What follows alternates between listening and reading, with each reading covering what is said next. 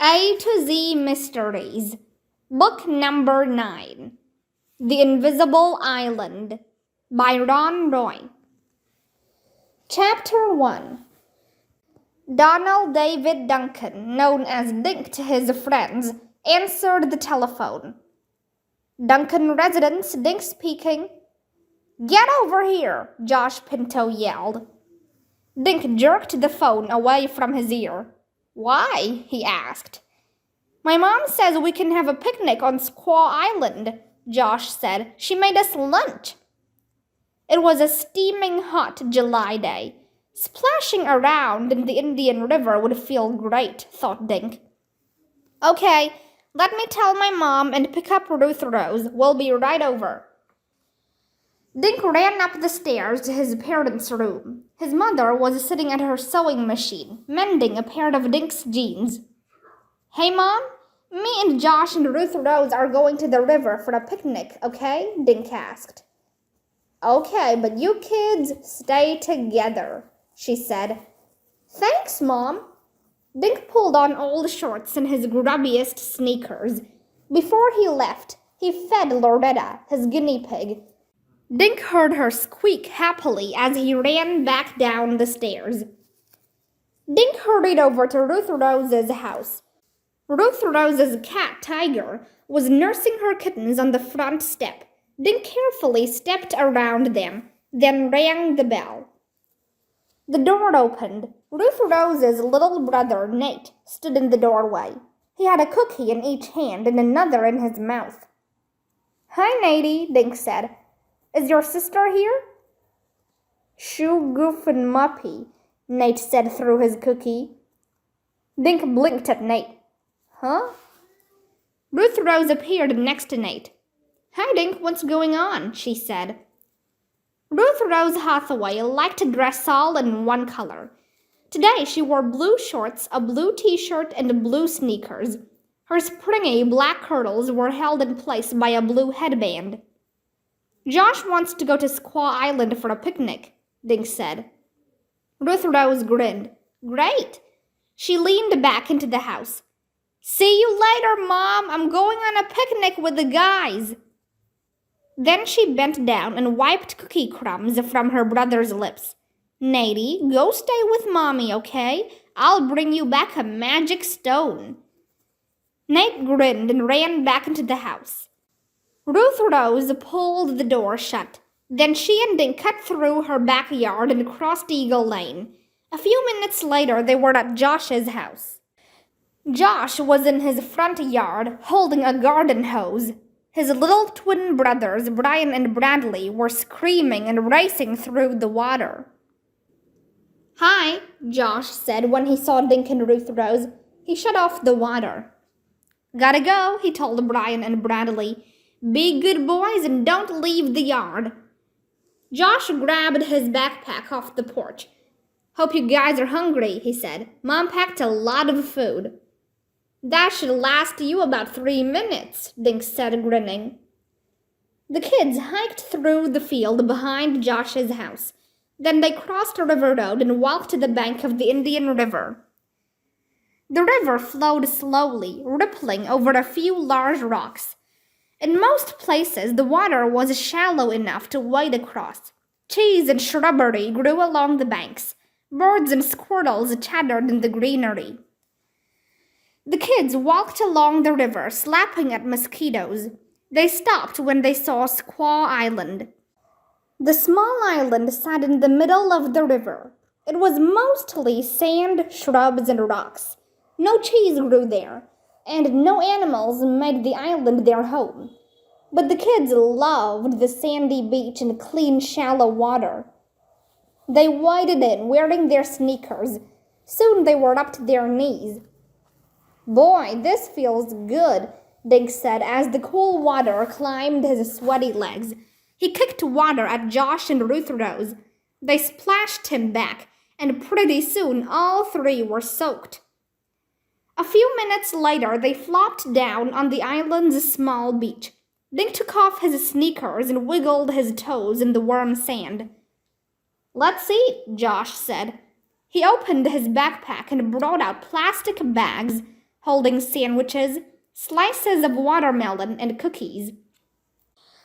I wonder what it would be like to be stranded on an island, he said. Dink chewed his sandwich.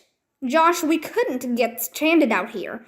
All we'd have to do is wade back to shore. Josh had a faraway look in his eyes. Yeah, but what if pirates buried treasure here? He said. He dug a hole in the sand with his heel. We could be sitting over a chest filled with gold. I don't think there were any pirates in Connecticut, Ruth Rose pointed out. Why not? Josh asked. He gestured toward the vine-covered boulders in the center of the island. This would be a perfect place for a pirate hideout. Ahoy, mate, Dink said. Ruth Rose stood up.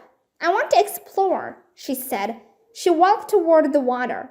I promised Nate I'd bring him a magic stone. What's a magic stone? Dink asked. He followed her to the water's edge. This is... Ruth Rose held up a smooth, pure white pebble. What makes it magic? Nate has a bunch of these in his room, Ruth Rose said.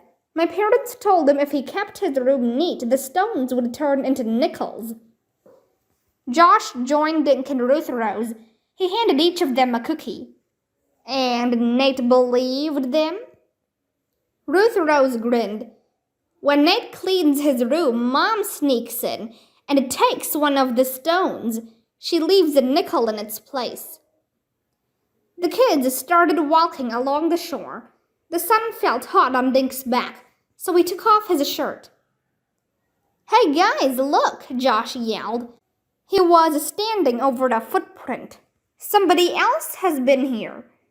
He grinned at Dink and Ruth Rose. Maybe it was Blackbeard.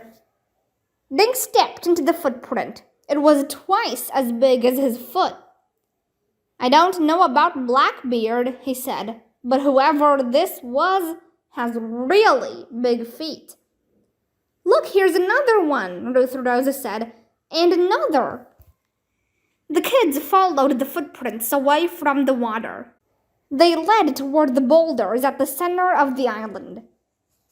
The footprint stopped suddenly in front of a squat, vine-covered boulder. That's funny, Dink said. What did the guy do? Jump over these rocks? Maybe he walked around them, Josh said.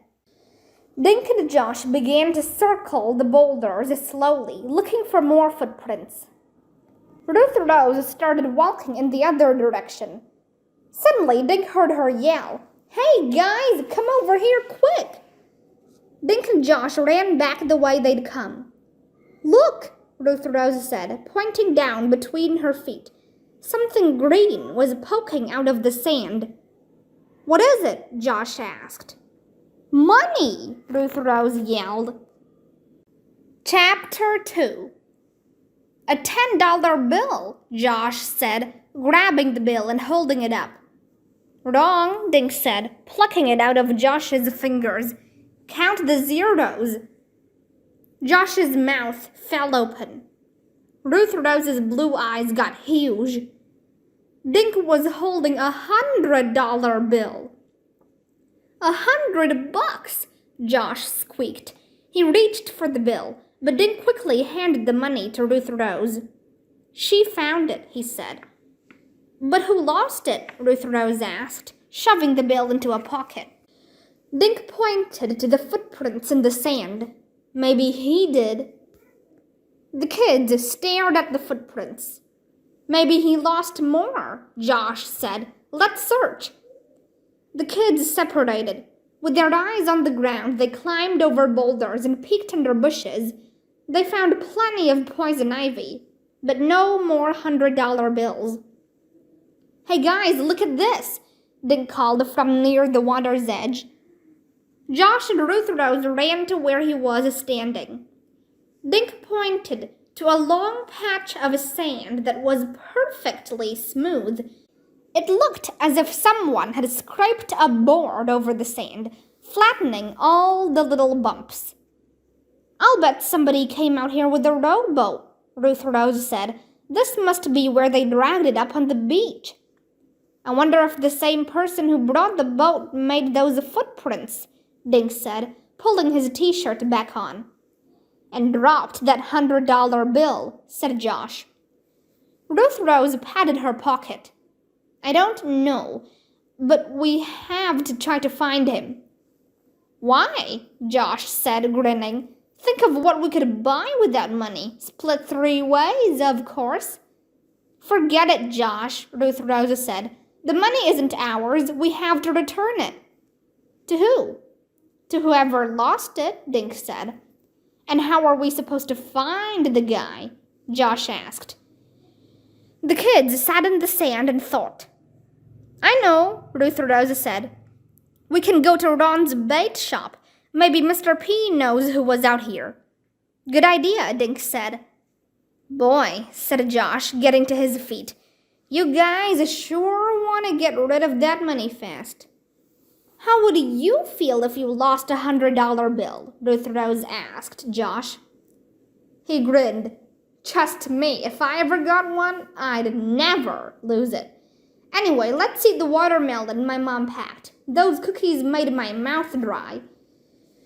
They walked back to Josh's pack and slurped on sweet, juicy chunks of watermelon. They spit the seeds at each other as they packed up. Josh shrugged into his backpack. Well, if we have to return the money, maybe we'll get our names in the paper, he said. He scratched his ankles. Maybe we'll get a reward. Ruth Rose grinned. Josh, the only thing you're going to get is poison ivy.